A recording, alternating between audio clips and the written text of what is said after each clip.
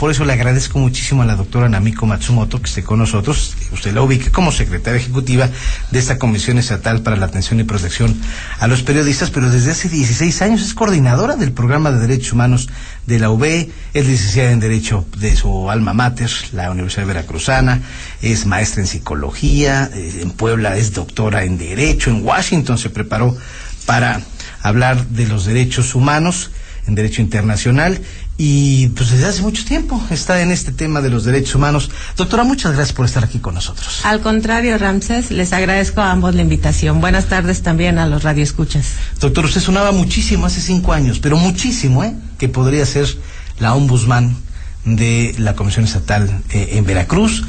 Está terminado su periodo Luis Fernando Pereira y ahora vuelve a inscribirse y vuelve a tratar de ser la presidenta, doctora.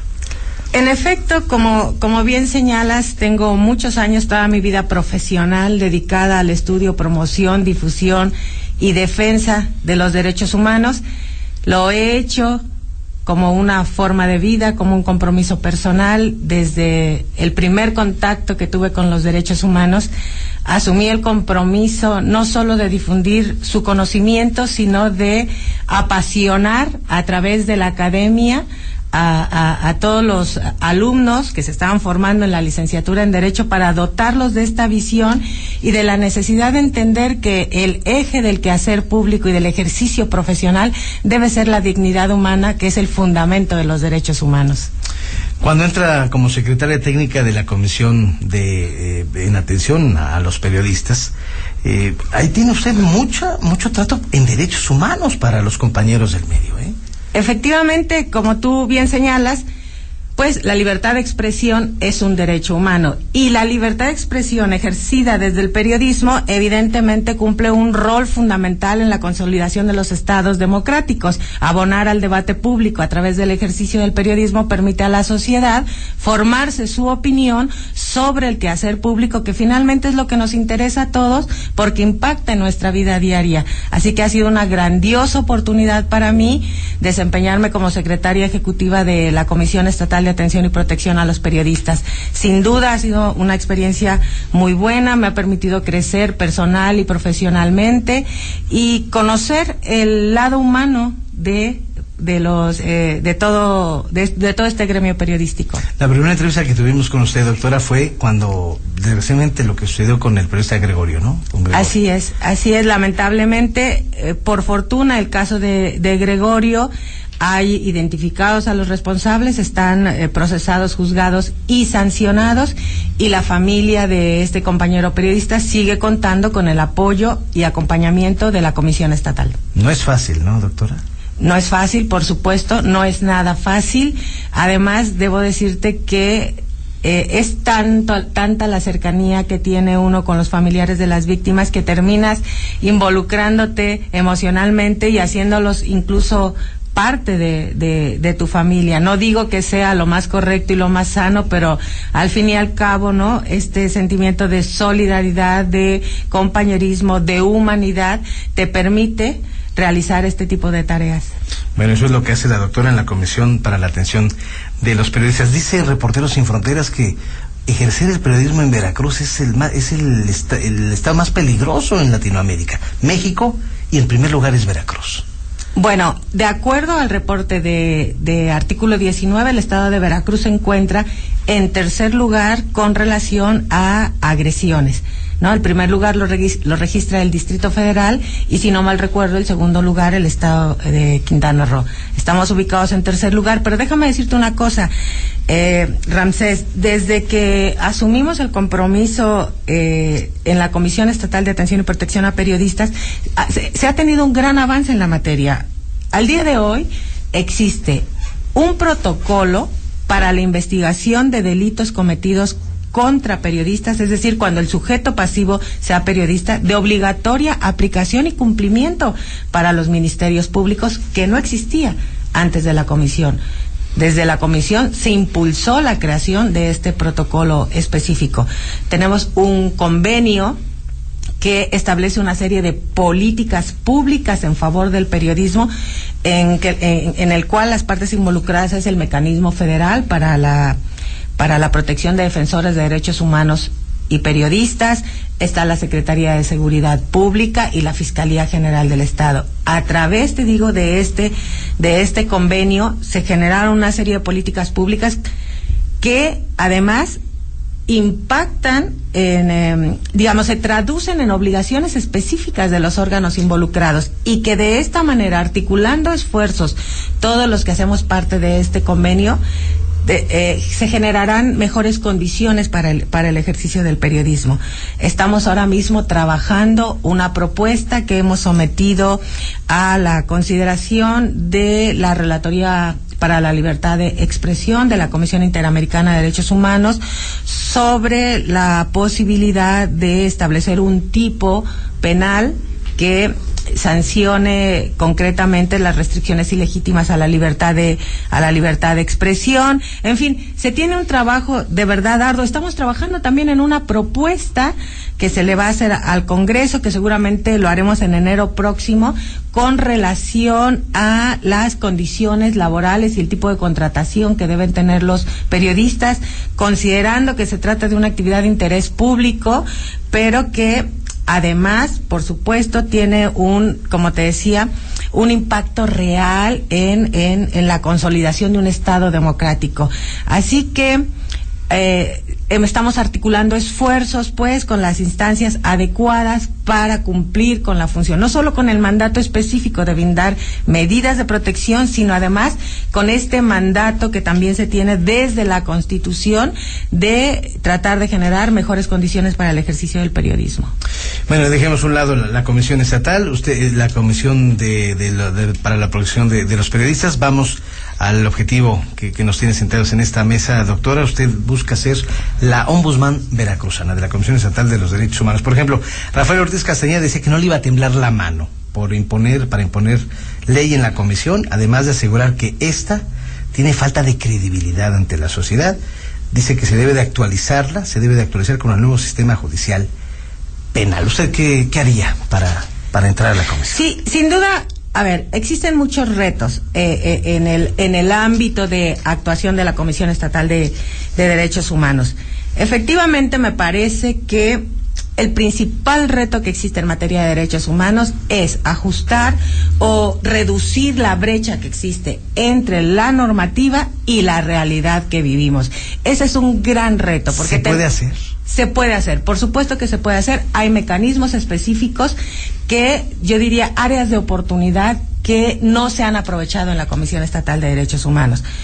Por ejemplo, la Comisión puede impulsar una de las grandes observaciones que hacen siempre con relación a la Comisión de Derechos Humanos es que las recomendaciones no son vinculantes. En efecto, las recomendaciones no son vinculantes. Sin embargo, la propia Constitución señala que cuando un servidor público a quien se le dirige una recomendación no la cumple, está facultado el Congreso para llamarlo a justificar las razones por las cuales no está cumpliendo con una recomendación de la Comisión de Derechos Humanos. La razón que sea.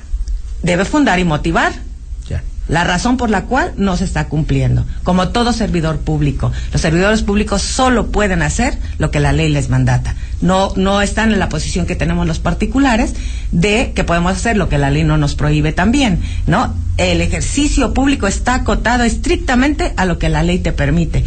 Así que un servidor público que no acate una recomendación de la comisión puede ser llamado a justificar, a fundar y motivar la razón de no cumplir con una recomendación.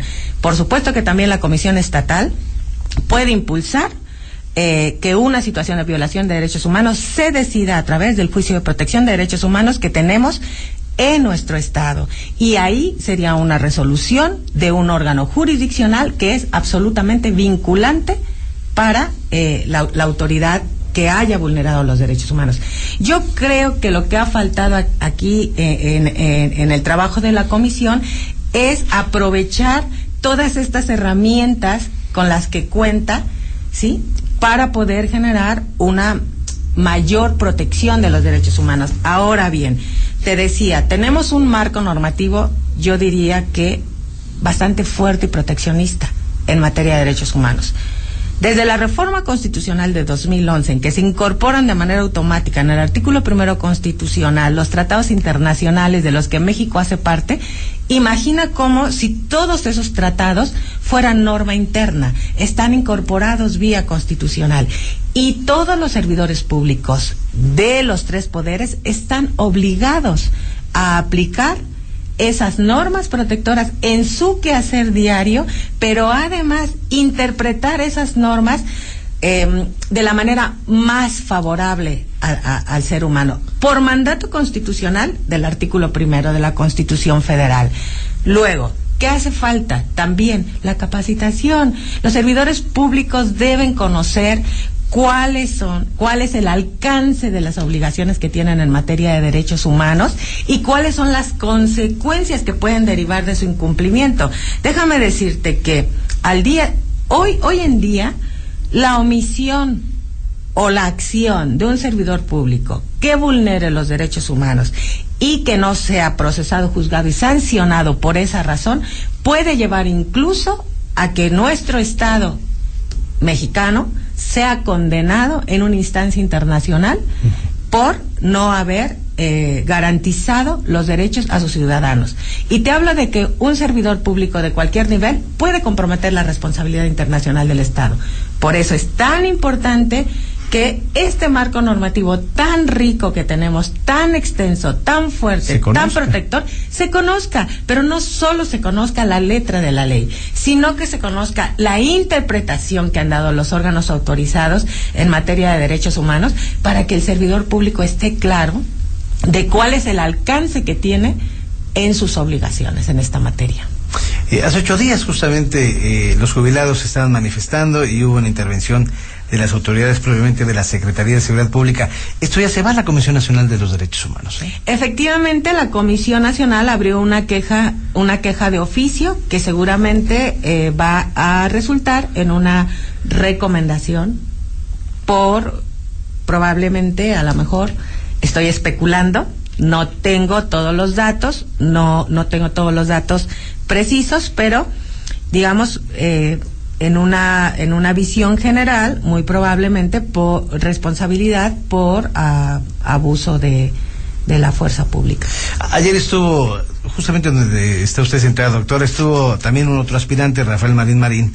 El licenciado dijo que quería presentar una comisión de puertas abiertas, que no se genere mayor burocracia, que sea una comisión defensor o defensora del pueblo, y además proponer un referéndum o un plebiscito al año y medio para saber si el pueblo quería o no que continuara el ombudsman en el puesto.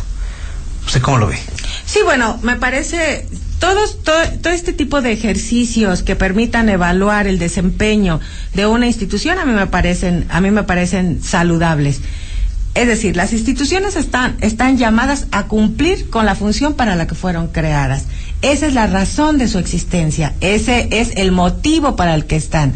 De tal suerte que cualquier, digamos, proceso que permita calificar, ¿no?, la actuación que está teniendo un órgano, a mí siempre me parecerá saludable. Ahora bien, ofrecer instituciones de puertas abiertas me parece innecesario. Esa es la obligación de toda institución, ¿no? Tener siempre las puertas abiertas para los usuarios, para quien está destinado a servir. ¿Usted tendrá las puertas abiertas? No entiendo por qué tendría que ser parte de una política. Esa es tu obligación institucional. Tener las puertas abiertas, reducir la burocracia, eficientar tu quehacer, ser sensible a las peticiones de los ciudadanos. Esa es tu obligación. O sea, no tendría necesariamente que ser como una oferta de una plataforma, porque eso va implícito en la obligación y el compromiso que asumes como servidor público al frente de una institución cuyo objetivo es proteger los derechos humanos. Doctora, ¿se ve usted el 18 de enero tomando protesta? Porque dicen que los dados están cargados. ¿Usted cómo la ve? Yo creo que hay una convocatoria abierta que dio la posibilidad de inscribirse a todo ciudadano que cumpliera con los requisitos. ¿Y usted los cumple? En mi caso, fueron más de 60 asociaciones civiles quienes me propusieron, muchos académicos investigadores, intelectuales del Estado, del país y del extranjero. Recibí cartas de Estados Unidos, de Perú, de Argentina, de Colombia. He tenido la oportunidad a través de la academia de trabajar el tema de los derechos humanos en muchos espacios, en muchos países. Hay gente que conoce mi trabajo, no solo en el Estado, te digo, también a nivel nacional. Y todas estas personas están apoyando la propuesta de mi persona para ocupar el cargo. Sin embargo, tengo clarísimo que será el Congreso quien es el ente encargado de decidir, que una vez analizados los perfiles y los requisitos formales de la convocatoria, decidirá quién es la mejor opción para ocupar ese puesto. Doctora, mucha suerte, felices fiestas. Les deseo lo mismo también a tu radio escuchas, muy feliz año para todos. Y que le vaya muy bien, doctora. Muchas gracias. Y aquí estamos a sus órdenes siempre. Muchas gracias. La doctora Namiko Matsumoto, también aspirante, Claudia, a ser la presidenta de la Comisión Estatal de los Derechos Humanos.